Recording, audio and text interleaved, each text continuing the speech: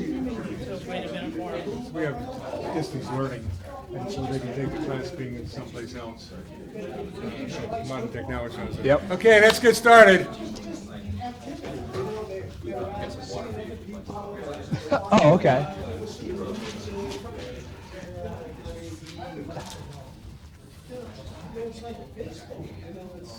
Yeah, this semester we only have one every class. We often have four. In fact, last week, our guest was David Yost, the auditor. Yeah. And he was in Columbus, and Jerry was down interviewing him. Okay. Okay. As is our habit, we always ask our guest speaker to introduce himself. And so why don't you tell us where you grew up and went to school and what your parents do, and just do your bio for us, bring us up to date. My name's Bob Keith, I'm sorry. Bob Keith, Keith. Keith. And Bob, what is it that you do? Who's going to get to that? That was a I'm going mystery. to get to that. But I was born and raised in Akron, Ohio. Grew up on the west side of Akron, predominantly in the northwest sector of that part of the city. In the 8th Ward is what I call it. I went to St. Vincent's High School, graduated, went to the University of Akron, graduated. I worked for the city for about 5 years in the health department, and then I had a dream to own my own business. So I purchased what was called then the Thermont House. It was a food and beverage carryout. I did that for 20 years. It was a very nice business. And in all honesty, the neighborhood changed. We got robbed on a number of occasions, a few times at gunpoint. The last time they put the kid down on the ground, put a gun to his head, discharged a bullet into the ceiling and said, the next one's going in your head, where's the rest of the money? And I walked away from it. Because my kids were starting to work there at that time, and I just said, I can't do this. So during that time, I was elected 8th Ward councilman. The neighborhood kind of rallied around me. It was kind of a Big Al Happy Days kind of situation. They literally helped me get elected. And I believe it or not, that was a Republican ward at the time. And I wouldn't be here today if it wasn't for the Republican vote. It's that simple. The rest of the city is pretty dominantly Democratic. So during that time, I closed my business, filed bankruptcy, took a hit.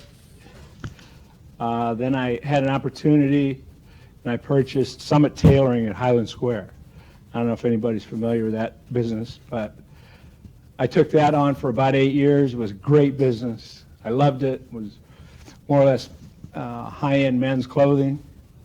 But then the recession got me. So, I mean, nobody came in the door. I don't care. I mean, I had a lot of, I want to say, very successful people, but they were so nervous with the recession hitting in about 2008. I locked the doors in 2009.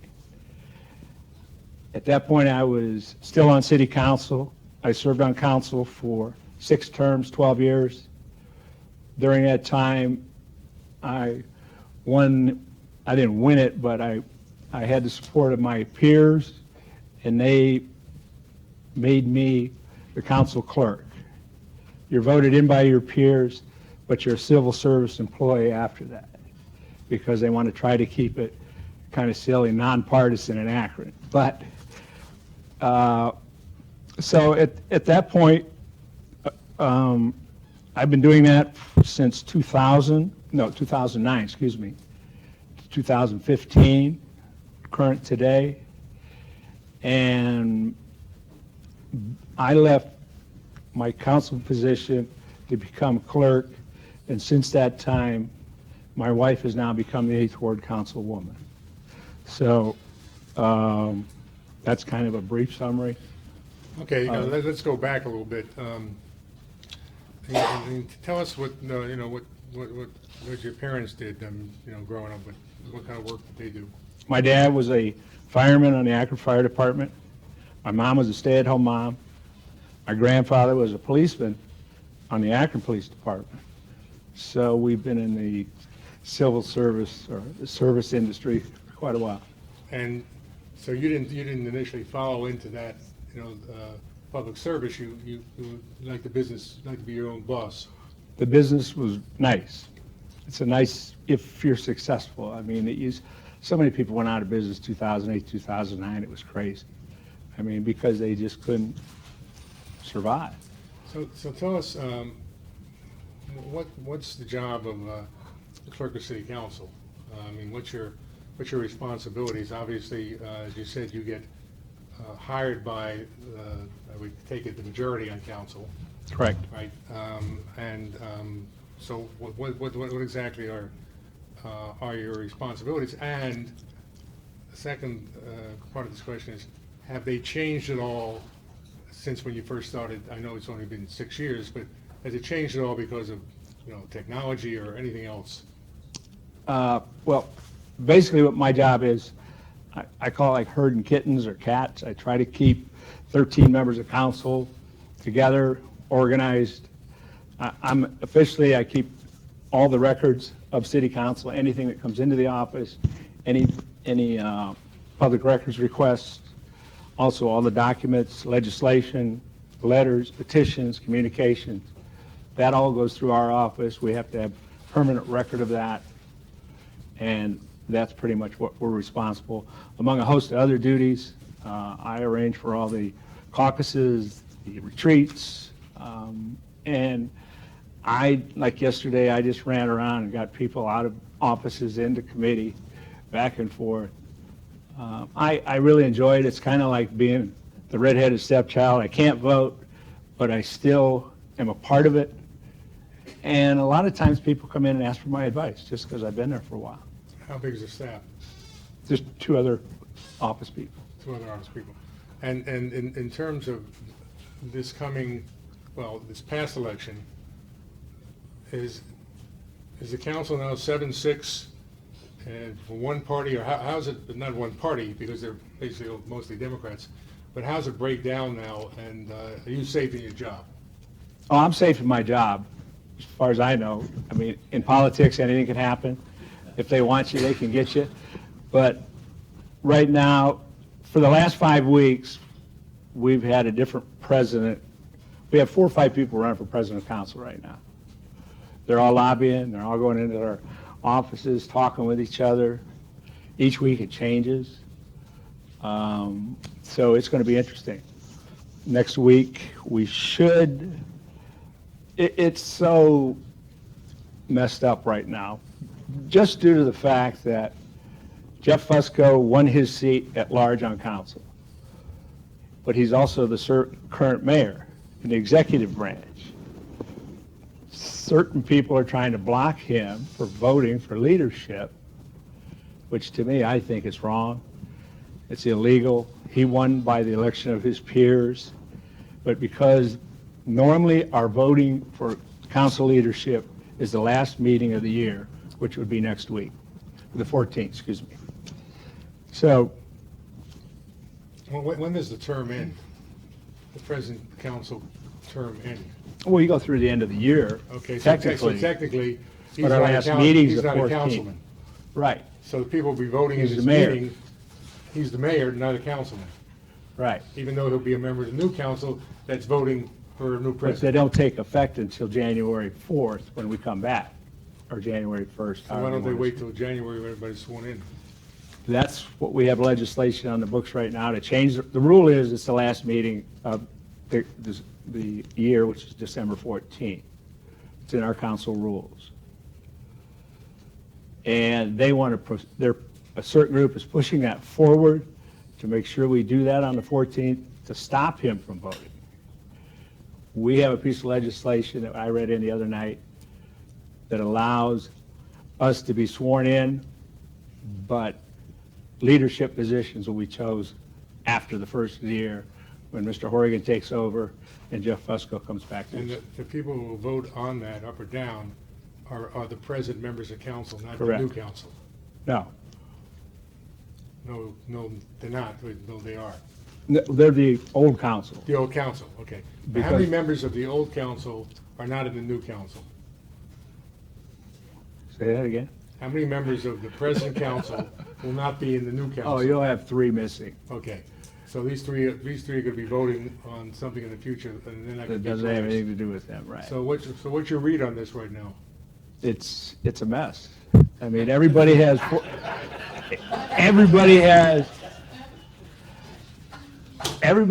or 5 votes for president.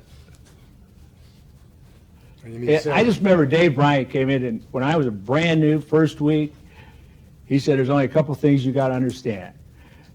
You got to learn how to count to 7, because there's 13 council members, and sit there and shut up and see who gets along with who and who doesn't get along with who, and you'll do fine. Well, this is historic Oh. for a number of reasons. First of all, we got a new mayor, first time in Right. 30 years, right? So now you got people vying for the other power position, which really has not been that powerful with a strong mayor like Pasquale Right. all those years. And you served, I would guess, your 12 entire years. time that Pasquale was the mayor, Right. right? So, I mean, were you part of the group that was supporting him, or were you, where were you at when it came to, Well, I always supported the mayor. I mean, me and the mayor got along fine.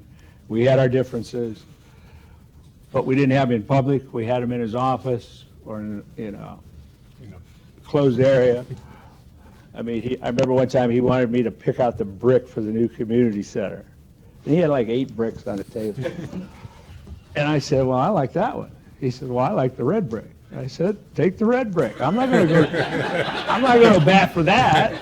But he was just hoping I'd pick the red brick. and you did eventually. Yeah, I mean, he just had little quirks about him that, I just never chose to fight him on that. Well, okay, but you got a pretty good perspective here, and having served on council, served with the longest serving mayor and one of the longest serving mayors in the country. Now it's a new day, right? Now we got a new mayor. Now we got to fight on council. One way or another, whoever's going to prevail is still going to have probably 6 people against them. Right. So how does this new mayor going to get along with the new council? Does he have a favorite for president? He wouldn't tell you that, but because politically it would be terrible. But he's actually staying in shadows, letting council work out their own problems. I served with Danny Horrigan for 6 years on council. He was on when I was on. We had a good relationship. Actually, he disagreed with the mayor on a number of occasions, and to my knowledge, the old mayor, did nothing to help him on this campaign. And he wouldn't go negative.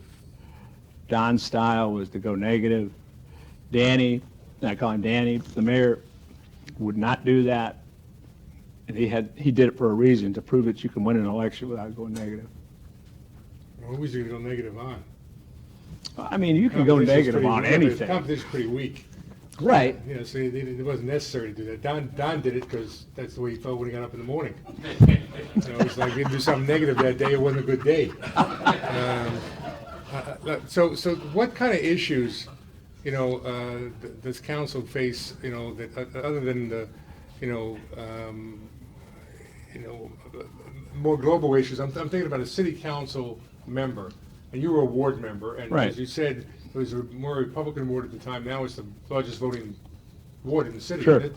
Okay, so what kind of issues? And your wife's the council person now. Correct. So what are the issues that a city council person faces? And now it's a 4-year term, not a 2-year term. Correct. Okay, so tell us what kind of issues that she's going to be facing or has faced. Well, it's going to be first of all, I don't think we have, till we find out the books per se, what the books look like. The sewer is that elephant in the room, that sewer project. It's just sucking up all the money. We have no choice but to do it. Judge Adams has said so, and he's sticking to his guns. We've had a couple fire lawsuits that ate up about $6 or $7 million just in legal fees. That hasn't gone away yet, but I'm hearing that they're starting to end it. You got. But those are citywide issues, right? Correct. Okay, well, but my question, not that they're not important, but what is this, in terms of the ward council person, you know, all of them deal with those issues. Sure. What is she dealing with in your ward? What kind of issues are there in I mean, the ward, she's or all- are there any? Well, actually, the 8th Ward's a nice place to be. We don't have a whole lot of problems, but you still have the problems of crime. A lot of the, I'm just trying to think, I loved being councilman in the 8th Ward because some of the major problems were pretty simple to solve because we had the funding, but other wards have huge problems. They got crime, they got vacant housing. I'm just trying to think. I don't, The one that we talked about the other day, Did you hit your button? Right in front of you. this one. Yeah. No, down. There you go. So, attending the council meeting the other day, they had a presentation from state about the death of infants and of the country, of the Infant city, of mortality. the state, of the country. The worst zip codes were in Akron, 44320 and 44307. I think that's Ward 3 and 5, and Right. those are critical that they're working on right now. and there's no funding coming from the state, or very little. I mean, we're getting very little funding for whatever we want to do, because now it's Republican controlled. They're paying back for previous, when the Democrats were controlling it. I mean, it's just that simple. I hate to say it that way, but that's the way it works I sometimes. mean, less interested in local government than big city kind of issues. Casey keeps cutting us and making us survive on our own. Sometimes that's not a bad idea, because I don't believe we should give everything away. Me as a councilman, I said, why are we doing this? We're giving it away. I never got anything when I was a kid. I had to earn it. So but like we lost all our control on our liquor license, on the gas well. We've lost a lot of local control on a number of big issues that we used to have control over. And it's affecting your neighborhoods.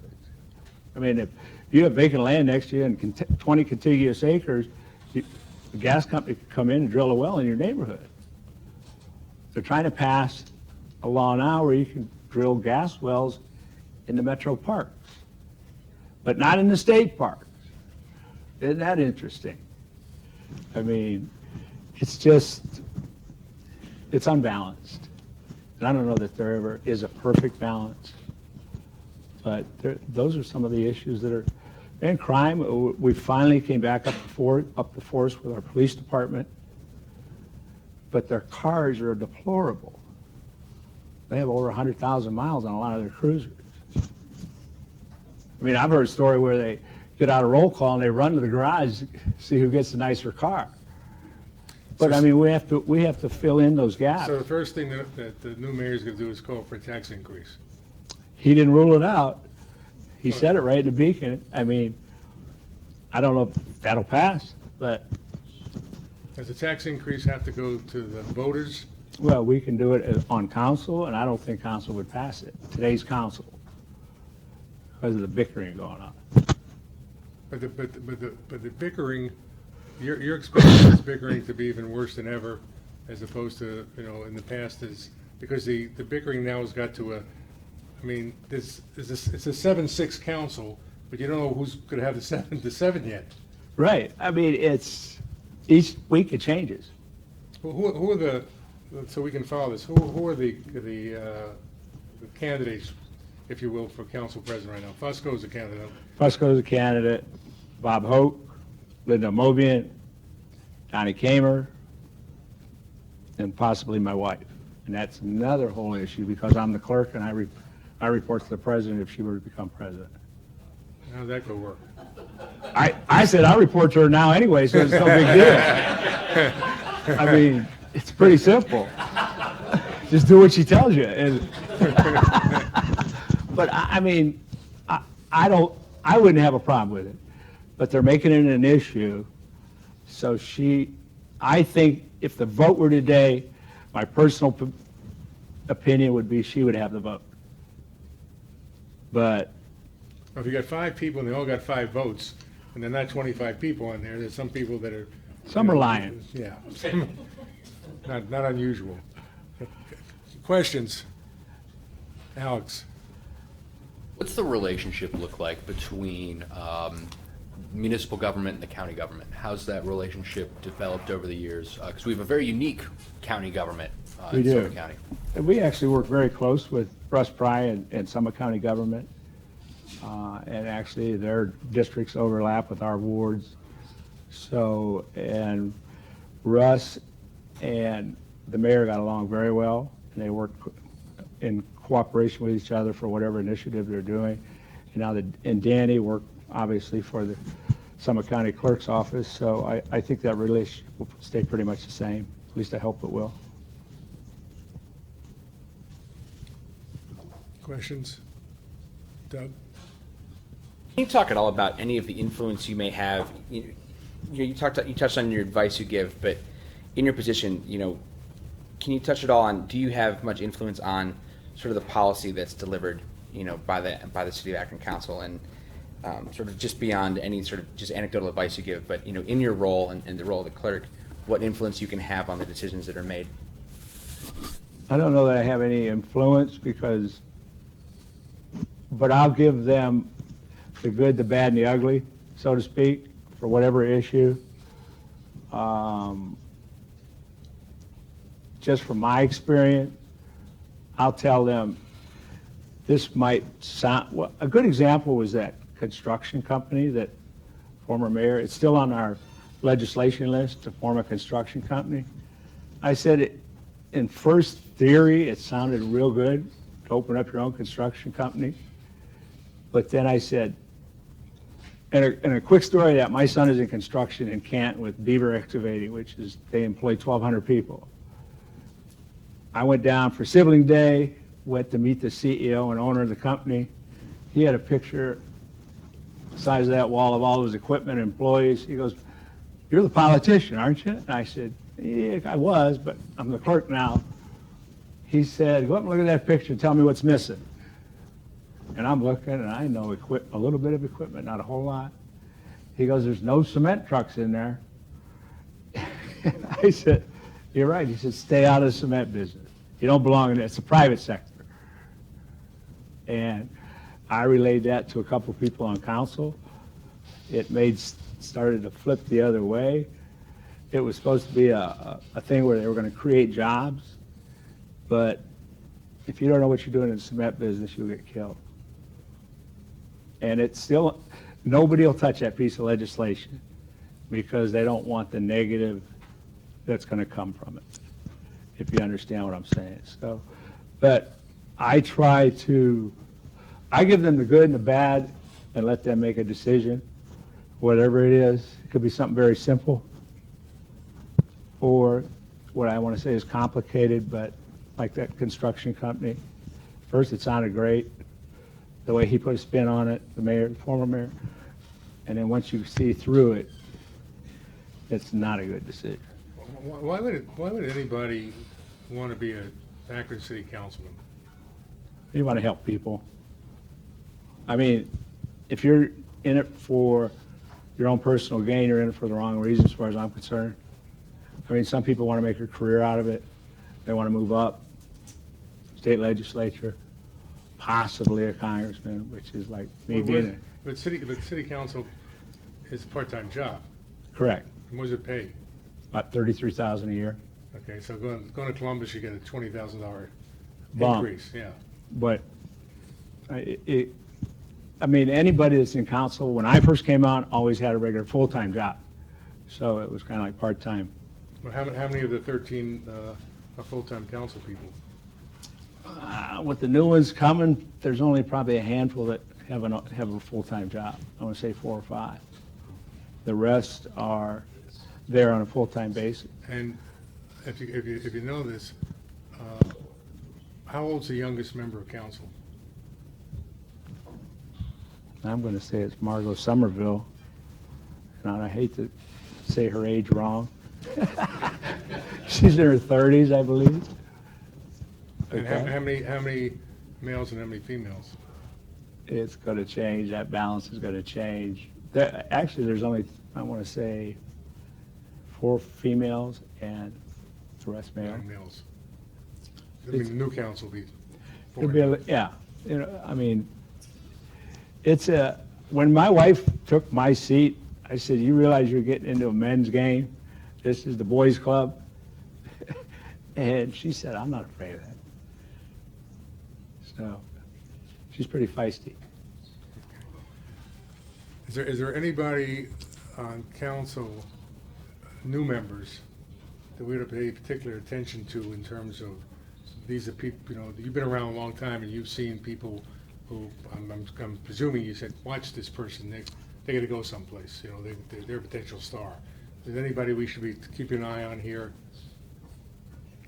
Donnie Kamer is, from the 7th Ward, is very aggressive, very active in the community. He takes on that job full-time. I mean, he got 84% of the vote. So that tells you something when somebody pulls those kind of numbers. Even though it's a Democratic, you know, he had an opponent, and when people get upset, they just vote for the other person versus, you know, vote for you. I mean, the first time I ran, I only won by 111 votes. And I ran with the spirit of winning, but I knew my odds in the 8th Ward. And I raised $5,000 to $7,000. My opponent had $40,000. So. And he was the incumbent or not? No, Was it his seat? John Frank retired, and he was his pick, hand-picked. But at that time, there were no limits. The good thing about Akron City Council is you do have campaign limits of $500 for a ward seat and $750 for at-large or mayor. And to me, that's a saving grace, so to speak, where you can always get around it. You can have your dog, your cat, and everybody else donate 200. Well, it seems like it. I mean, or 17 relatives that don't live around here. So, But there's also independent expenditures. right. So, I mean, it is what it is, but some committees don't have any limits. Alex? Yeah, I'd like to get into that legislative process on that particular campaign finance issue, because Akron does have some very, very low limits for those They're races. very restrictive. Very restrictive. So when did that come about? Because you mentioned when you ran, they didn't have those limits, and what was kind of the legislative process there? What the vote count looked like? What did that legislation, how did it morph over time? Just the backstory. Well, I mean, it originally started with a gentleman named Warner Mendenhall and Dollar, I think the name of the group was Dollars for Democracy. They started an initiative petition, got it on the ballot, and the voters approved it. So, I mean, it wasn't like a surprise, or we didn't create those own limits. And then through the charter changes over the years, when I first came out, it was a $200 limit and $400 for at large. And I mean, I want to say in a local council race, I've always told people $5,000 to $10,000 is an adequate amount to raise to get your message out, your yard signs out, mailers. You're not going to go on TV. You're not going to. You might do a tiny bit of radio, but there's so many radio stations anymore, so many TV stations. Who do you pick? So the only way to do it in local politics is go door to door. If you don't take the time to go door to door, you're going to lose. It's just the way it is in Akron anyway. And Is there, you know, Akron's, I don't know if it's unique, but it's different from Cleveland in that Cleveland doesn't have any at-large right. councilmen. They got whatever they got now, 17 or whatever they have. But you have at-large and you have ward. So when someone's running for council president, are the people that are at large making a point that they represent the whole city and therefore should be council president as opposed to a ward person? Or that doesn't? I don't that's think an that really argument. comes into play. I mean, they might try that, but a lot of times I've always said, I don't know what a council at largeman does. I mean, the ward councilman gets all the phone calls. The ward councilman gets stopped at Acme or at St. Sebastian's Church hey, can I talk to you for a minute? The large people don't get pulled to the side, or, And they get more money. no, they get the same amount of Same money, amount of money. but not as many headaches. Virtually none. Yeah.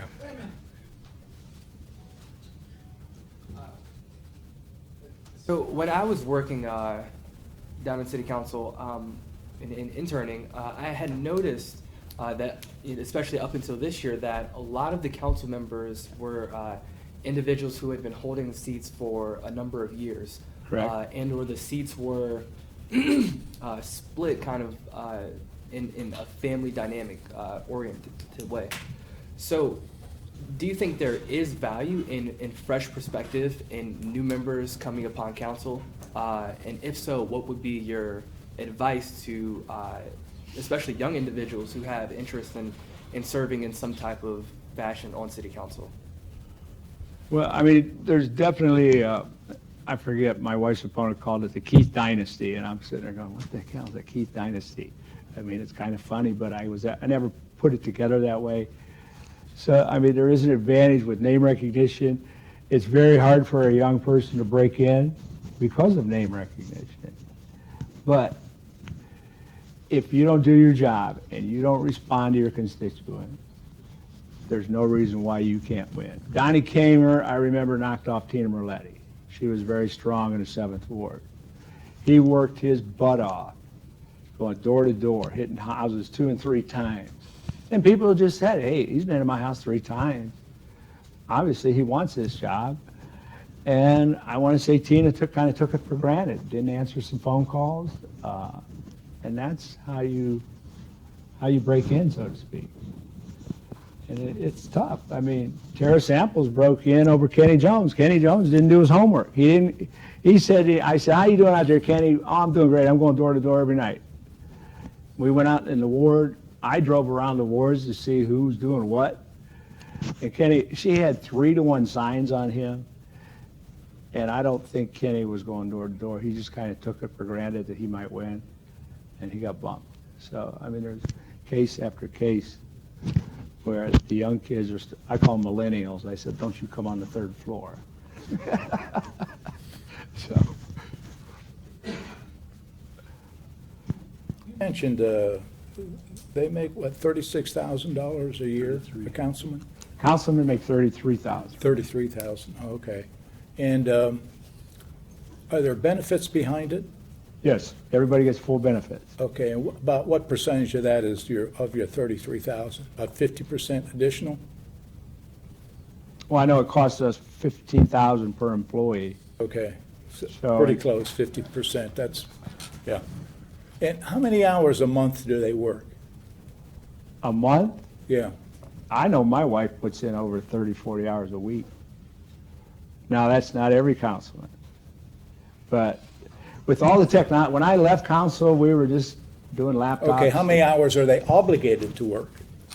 They're not obligated to work any. I mean, as far as their job description, but I don't think you would take that job and not want to try to help your constituents. I mean, in the true sense of the word. Are there some people that are freeloading? I'm sure there are. But they get bumped off eventually because they don't answer their calls. They don't respond to emails. They just don't come, they don't have meetings. And do you have to work so many years to get a retirement? 30? 30 years on the council. Right. We can combine Well, it. you combine if you had another state job or a city job, or Yeah. it's all the same pension, or different pension, but state or city. So, I don't think that there's any elected person in the country from what would be the lowest, but it's, you know, a small burg that's a city council person, $100 a meeting or something. Anybody gets paid by the hour, or there's a certain amount of hours they have to work, or we try to make a point there. Yeah, the point was, you know, about $50,000 a year, and you know, your obligation of working is X amount of hours. I'm sure a lot of them put a lot of hours in, if, like you say, if you want to help people. But, I mean, if you're effective, you probably have to work 20 to 40 hours a week, depending on, I mean, if you have a situation in your ward it'll blow up on you. And if you don't get it under control and try to get the right answers for these people. I remember in Fairlawn Heights, I'll never forget this, one of those 100-year rains, everybody got hammered, their basements were flooded and all that stuff. I said, well, let's have a meeting, we'll talk about storm sewers and curbs. So, because in Fairlawn Heights, they have drainage ditches Yeah. and culverts. And they've all filled in their culverts over the years to extend their front yard. Well, I had this meeting, and I had a network of people in the Heights that continually got flooded. Well, I'll tell you what, every law firm in Akron was there because they didn't want curbs, they didn't want sidewalks, they don't want streetlights. Just leave us alone. We'll take care of our own problem. I mean, they almost lynched me. And John Frank was there, who was the former councilman, and he saved me because he told me how that sewer system, you know, at first they were big lots. I want to say, I don't know if it was an acre lot, then they've been subdivided over the years, but the sewer system has never changed, so you have a huge problem up there with water runoff. And whoever's downhill Yeah. from Fairlawn Heights, Yeah, familiar. sometimes it doesn't get to Market Street. It goes in somebody's basement. But, I mean, those are some of the things that can get away from you. Every now and then, we have a rash of burglars come through the west side, particularly in Fairlawn Heights, because they know where the money is. And you just get bombarded because these are night burglars, they're cat burglars, they know what they're looking for. They don't leave and eventually they get caught, but sometimes it's Well, after the fact. What bugs me is every time you get in a hole, we start thinking about raising taxes. That's the easiest solution. You know, No, I don't think I pay Dan's gonna enough. do that, he's pretty frugal. pardon me? He won't do it unless he absolutely That's- has to, that's because good. he's very frugal. He'll dissect the budget and try to make cuts where necessary. We haven't done the only hiring we've done is pretty much safety forces in the city. So, Why don't you explain to us a little more detail, what exactly is the whole issue with the sewers and the debt, and how did it happen, and, you know, it looks like, potentially bankrupt the city if nothing's done about it. well, I mean, that's a hard question, but I'll do my best. That lawsuit's been going on for 10 years, along with the fire department lawsuit, and now they're all coming to an end. And the judge said, we have to fix it. We put over $800 million into our sewers previously to this judgment, but Judge Adams wants 0 emissions into the Cuyahoga River from our sewer system. That is the toughest mandate across the country, which we have very few nowadays because of all the improvements we have done, but he doesn't want any affluence in the Cuyahoga River, which is physically, in my eyes, physically impossible, because you get these 100-year rains, the sewers overload, that water's gonna go somewhere. It's gonna end up in the Cuyahoga River at some point. We do everything we can possibly do to catch it, filter it, and then release it. Right now, we're gonna start digging these big tunnels to catch the water and the water basins to filter it. But it's a huge dollar, 1.4 billion, and that's, in my opinion, that's just a number. That's a guess from our engineering department. And we've asked for it to extend the years on the project. He won't budge. So we're gonna have to tighten our belt a little bit tighter. I mean, How much tighter can you go? That's a lot of money. it is. It's either that or a sewer increase, a water increase, and nobody wants to do that. You think those 13 members of council want to add more, take more money? They don't want to do that, and I don't think they'll vote for it. Then my question is, what's John Adams going to do? Is he going to put him in jail? I mean, that's the stand I would take, just to see if it happens. Call his bluff? I don't know what else you can do. Oh, yeah. Because you can't get blood out of a turnip. Put you in jail, you'd be elected for life probably. Don't have to worry about anything else at all. That- So, and I'm not as familiar with the issue. I don't live in the Akron area. Is it, so was there design, is it a full comprehensive overhaul of the entire system? Or are you paying for a stopgap measure at $1.4 billion? Obviously, that's a big stopgap. I mean, but has the city farmed it? I mean, you're talking about an estimate from the engineering department, but have you brought in Oh, they've other got so many experts? I mean, is it- consultants down there. Okay. Yeah, no, I mean, I saw a set of plans the other day. Honestly, I'm not, this much paper in the round that only an engineer can read. And the engineers and the consultants are fighting over who gets the job. I mean, they're coming in from everywhere because you throw a 1.4 billion carrot out there, everybody wants a piece of that pie. And we honestly try to do lowest and best bid. Not my son's company, the company my son works for, they submitted a bid that I thought was hands down because they're big. They have 1,200 employees, the equipment. They got rejected because of that new local hire rule. And in my opinion, I understand what the mayor was trying to do, but anybody that works on that project still pays city income tax, regardless of where you live. But he wanted to create local jobs for local people. So it's a catch-22, so to speak. Quick comment on that local hire. Currently in the state legislature, there's a bill that would prohibit local hiring requirements. What is your take on that? I know that State Representative Amelia Sykes was very much against this bill because of obviously the policy here in Akron. What do you feel like this is a good policy to enact that would possibly bring in better, more qualified or lower cost construction companies, et cetera, into the city of Akron, or do you think like local control, Akron should do what Akron wants to do? What is my take on it? Or, Yes. okay.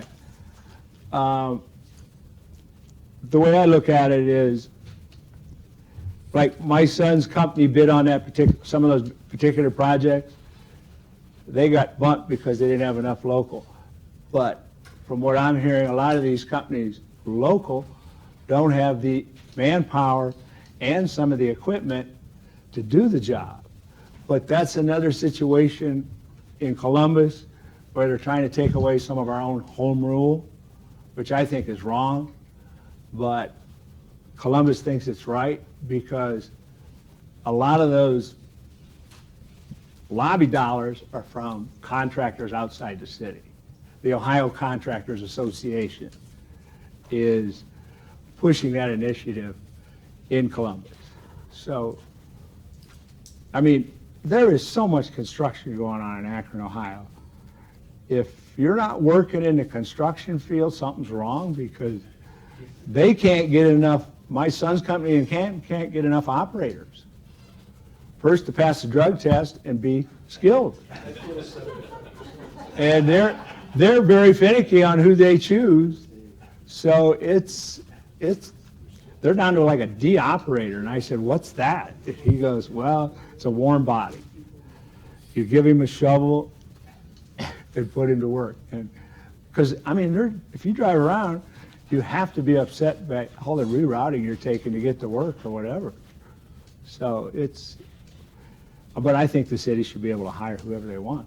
Yeah, Work let on me their ask own you a project. question about an issue that I think is, is prevalent in any city of any size, and that's streets, paving of streets.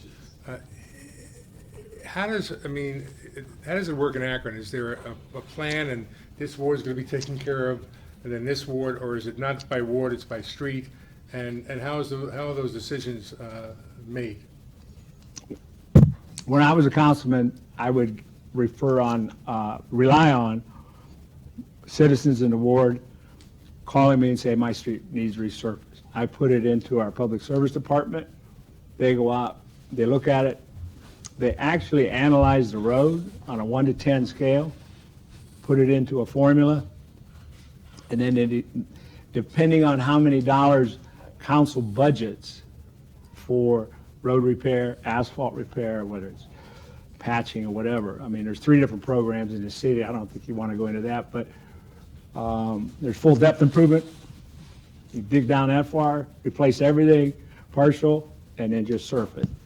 So I was chairman of public service for a number of years when I was on council.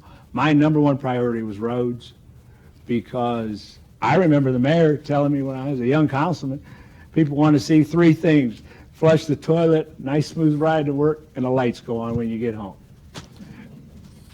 And they feel that they're getting their tax dollars worth, plus police and fire when you need them. But last year we did, I want to say 3 million when I was, in last year's budget. When I was chairman of public service, which is what roads is under, we had $7.5 million. So that's a huge difference. We've had $1.5 million, $2 million for the last 3 or 4 years. That's why those roads look like they do. So you got not enough money to fix the streets because they're.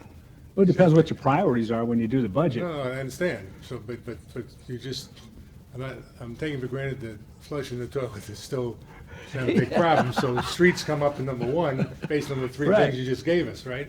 And the thing about streets is that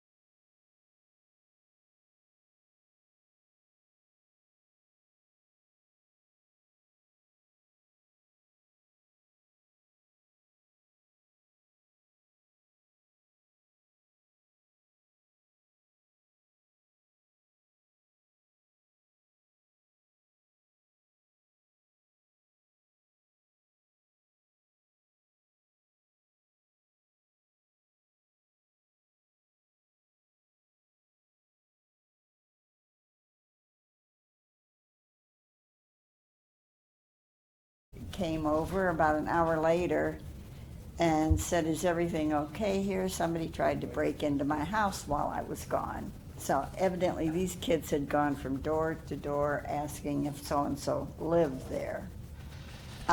They left our neighborhood after they couldn't get in Byron's house and went someplace else out in West Akron. Right. And the cops called and finally told us that they had been caught, but then there was another rash of teenagers breaking in. I hated summer as a councilman because the kids have nothing to do, Yeah. so they do dumb things, so to speak. Well, then, about a week later, there was that thing where 50 kids ran into a gas station and looted everything. Is anybody doing anything about these kids in the summertime? That was my question. Oh, I mean, when that happened at the gas station down the street from where we live, my wife wanted those kids arrested. The police chose not to arrest them because they're juveniles and nothing's going to happen to them according to the court system. They'll get reprimanded, they might get a community service project, but she was livid about it. Because when I was councilman, I had court in the community center for juvenile court. And we actually put the kids in front of a judge and we advertised it, we let the neighborhood watch. And they were so embarrassed because they were in front of a judge, in front of their neighbors. I think it was a very effective tool. I mean, the one kid was crying because he said, if my coach finds out about this, I'm going to get killed, because he was playing football at Firestone. So, I mean, that's one thing that I did, but the juvenile court, I don't want to be negative, but it's a hard system to get through. I don't want to send them to jail. No. I don't want to send them to jail, but something for them to do besides roam around looking for drugs, you know.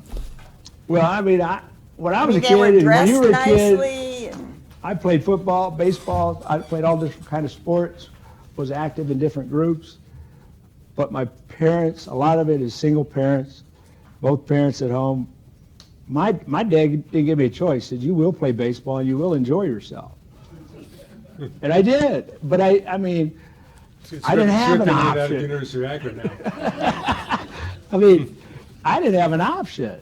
The kids today, all they do is play on those stupid phones.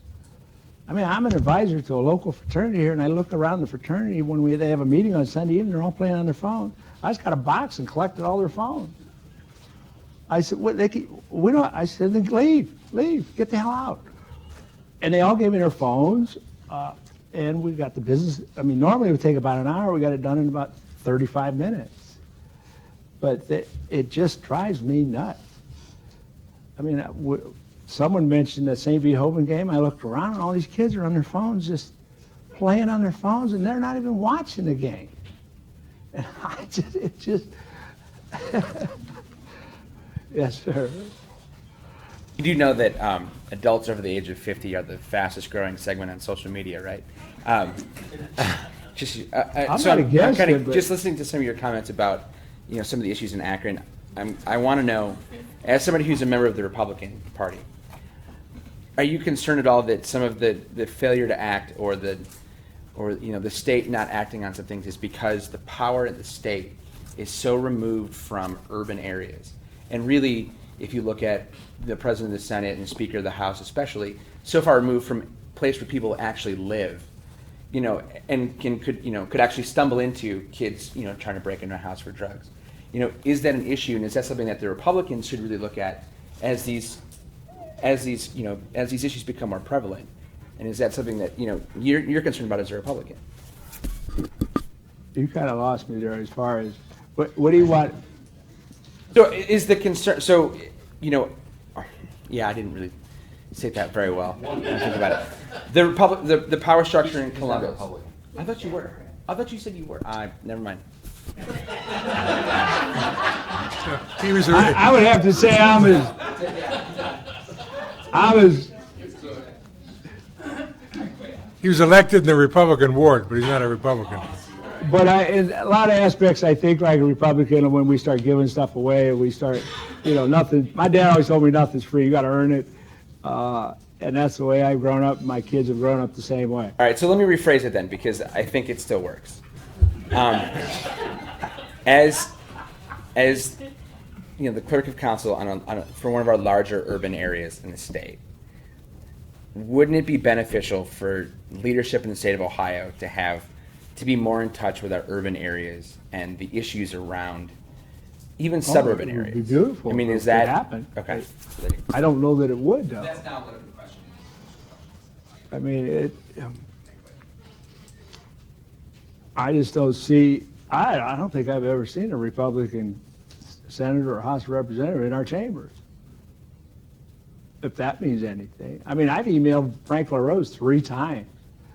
I have a couple of strong Republicans that want signs on the expressway, which is a state route, directional signs for Hoban High School.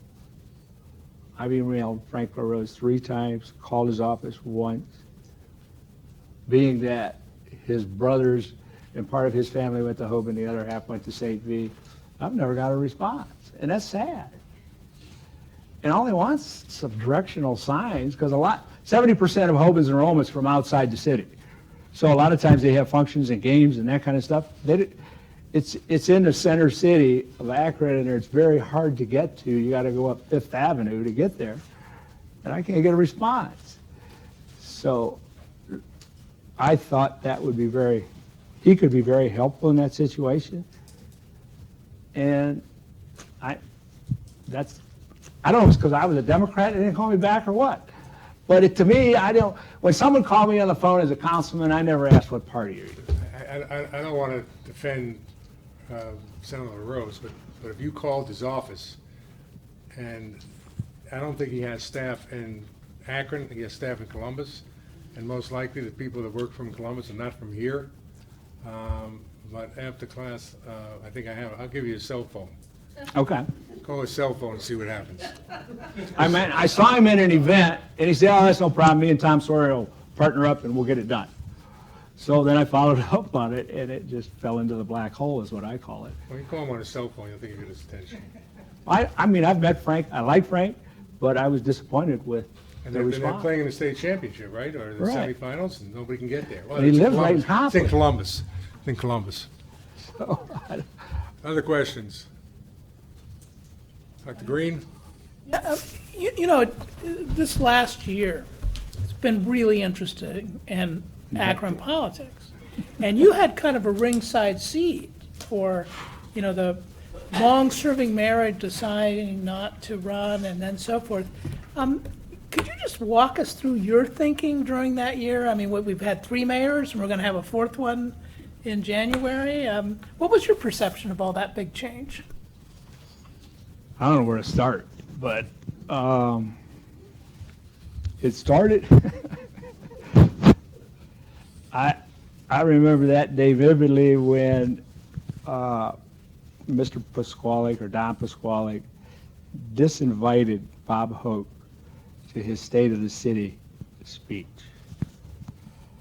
And I was back in my office. He came back and he said, "Can you give me a refund for the luncheon tomorrow?" And I said, "For what? You can't make it?" And he goes, "Well, I'm not allowed to go." And I went, "Oh, no, what's this all about?" I mean, Bob Hoke, in my opinion, is not a bad person. He's a good person. He asks questions. And the second floor didn't like that. When I say the second floor, I'm saying the mayor. He didn't like questions being asked. And it seemed like it just goes back to that. And it gets progressively worse. When he walked away, I mean, everybody was shocked that he resigned. I mean, the community, the business leaders, and then Gary Moneypenny, being president of the council at the time, jumped into mayor. And then he got into I don't know how you want to say it, an issue with an employee at work. He resigned, and we had to have elections, and it was a mess. We had to elect another president each time, and then the president would step up into the mayor's seat, and then Jeff Fusco like this thing I was talking about earlier about his voting, he didn't have a choice but to be mayor because he was the president of council, and that's the normal succession of the position. And all through this, I mean, I had to train 3 presidents on how to run a meeting because you just, I mean, it's not that hard, but you still have a certain protocol. You have Robert's Rules of Order, you have certain things like that, and it was a mess. And it actually kept me very busy this year. I blew by it, but, and now we have this situation coming up that we'll see who becomes president of the council. It's got to be a strong person because I know we're going to have to deal with the budget. We're going to have to deal with the personalities on council.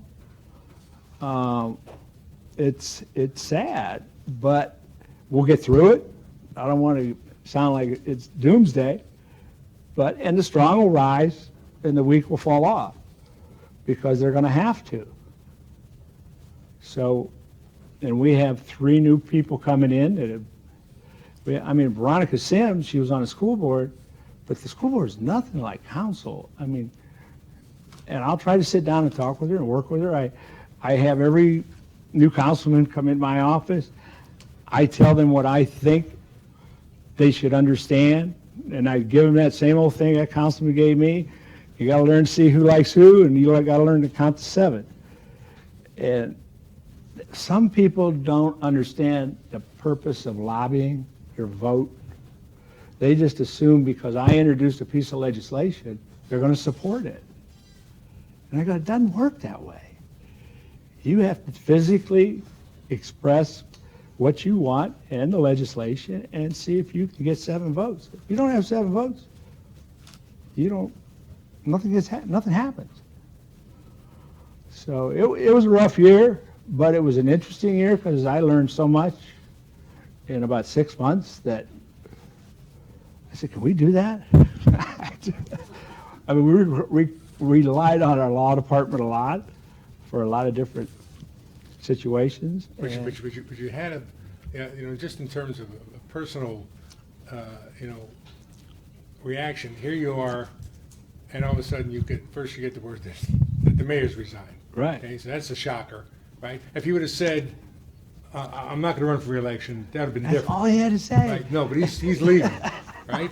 Then you get Moneypenny, who was most people viewed as being the heir apparent anyway. Right, Right? right. Okay, so he becomes mayor, and then you get a call saying, hey, Moneypenny's got a problem here. And now, I mean, it had to be like, what's next? Right, Fusco got in there, and he says, I'm not running for mayor, Right. right? I want to keep my old I want to seat. keep my old seat. So here's a sitting mayor who's running for his old seat, and which was occupied, there was a new council president when he became mayor, Right. right? I mean, it was just chaos. And we have placards for everybody's name on it, for when they have committee meetings. I said, here, pick a president. I had them all upside down. I said, I don't know what to tell you, But you got to have humor through a lot of this, otherwise it'd eat you up. And that's what I try to bring to council, a little bit of humor. And I enjoy it. I like being in the middle. Sometimes, not all the time, but most of the time, it's a great job. And I like helping people. So, I mean, that's a big part of it. Well, go ahead, Judge. How many pieces of legislation get passed at each meeting? Each week? Yes. Last week, we passed 18. When I was on council, we used to pass around 30 to 40 a week. And how many pass unanimously?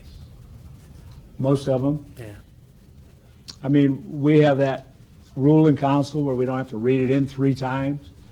But why would you want to read in and purchase a rock salt 3 times?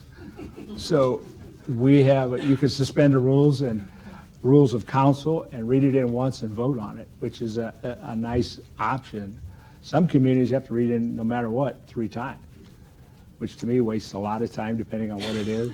And if it's a contentious item or like the construction company that's still sitting on the agenda, it's going to be on that agenda for a while. So, When you went to the League of Cities meeting, it just. I didn't go, but a lot of members of council did, but I've, With the people that went, that folks would know about this whole craziness in Akron around the country? oh yeah, there's no, yeah, it's, So it wasn't about the Akron Zips football team being 7-5, it was more about this stuff? no, I mean, that's the topic, the topic. LeBron and that. Okay. So what kind of 18 things or 43 things get passed? Anything over $15,000, we have to have legislation for council's approval. Any expense or contract or purchase of, I mean, everything. I mean, it is, it depends, I mean, you can't just go spend money where a lot of people think we can. It's got to be approved by council in Akron. You know, anything under that 15,000 goes to what we call the Board of Control, and it's usually a couple department heads, a couple councilmen, and a couple private citizens that sit on that, and they approve whatever that is. Right. Does that include like city worker contracts? Oh yeah, council will eventually have to approve the contract with whatever the unions negotiate with our labor relations people. I mean, I just talked to the one guy today, he said they're very close on the pay increase and benefits. Now they're gonna work out. Cops are never happy, police, they want more. They pay $40 a month for health benefit, and they're upset. And I go, you've got to be kidding me. I said, do you know what it is like in the private sector? Go ask some people. What do they want? They Zero? don't pay anything, because before there was nothing. And I just, because I've been on both sides. I insured myself when I was in business and my family, and now I'm on this.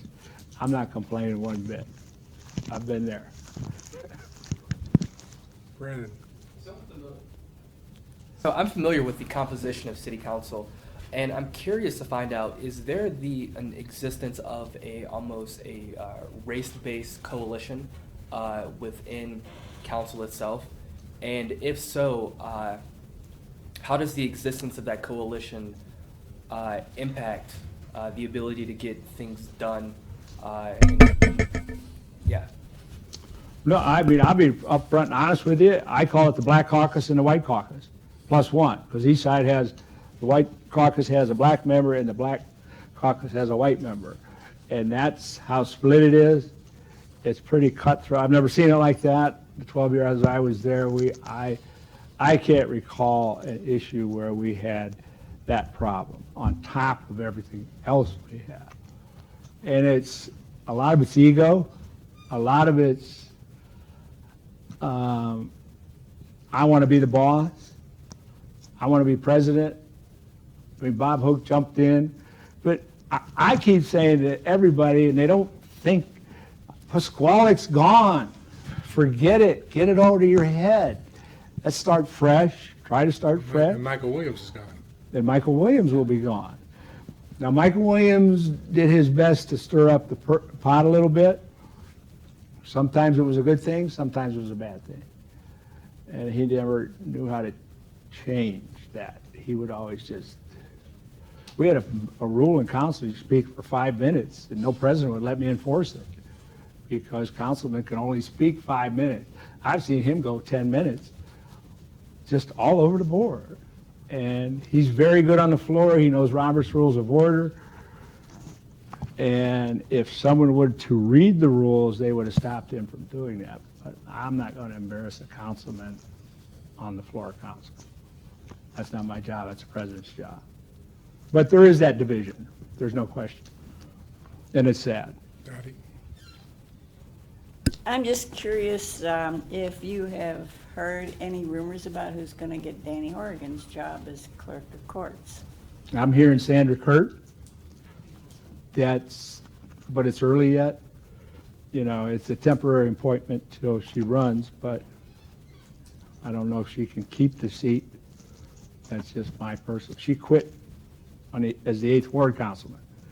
And in my opinion, why would you run for office and quit? It just doesn't make sense. I didn't like the phone calls. What'd you think was coming? But that's an appointment by the party, right? Right. And then if she had to run for the, Precinct committeemen appoint right, and then she'd run for the, full term. right. Why do you think it's her? If you just made a point about why would you run for an office and quit? Well, that's what I'm hearing. Sometimes I just sit in my office, people come in and start talking, and I just listen a lot of times. It's kind of a nice position to be in. So, Last question. You mentioned John Frank, your predecessor in the 8th Ward. A couple of terms ago, we had him come to the class and talk about how, as at the end, towards the end of his career, he was the only Republican right. on the city council, and he talked a lot about how, even though he was vastly in the minority, he had a lot of influence, partly because he knew how to work with the different factions in the Democratic Party. Is there anybody on council now that can play that kind of role that John Frank played? Hate to be biased, but my wife can do it very well. She works with everybody. She was a school teacher, and she has that gift. She's very organized. She knows what she talks about when she stands up. Another person might be, well, Donnie Kamer's, he's got the support of a lot of people on council, but some people are actually pushing my wife to run for president. She goes, all I want to do is have fun with my granddaughters. And I said, well, when you get into this game, sometimes you don't know what you're going to get. And she's told me 10 times, don't speak for me. And I go, okay. Because people come to me, well, is Marilyn going to run for council? I said, I'm not allowed to speak. But I think she might jump in. That's just my personal belief, because she works with everybody. I mean, she works the room. She's very good at it. She's very personable. I'm just trying to look my way around the horseshoe. And I want to say she's probably the front runner in regards to that. So. Randy, you got a question? Yes, sorry. Do you have interest in serving on council again? Pardon me? Do you have any interest in serving on council again? No, I like my job right where I'm at. Okay. I did 12 years of pain. No, I'm just kidding. I paid my dues. It's actually, I think it's time for the younger group to come up, get involved, and I see a lot of young faces at City Hall these days, and I joke with them, I said, I don't want any millennials on the 3rd floor, that's where council is, because Okay, let's thank our guests. This was terrific. Thank you. I'm going to give you, I think I got the rules, and I only got stories. All right, great. Yes, Kayla?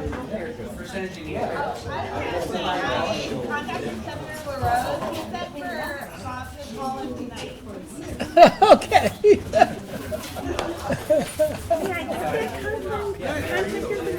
For me?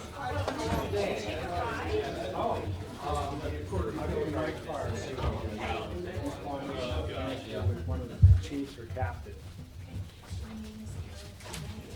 Okay.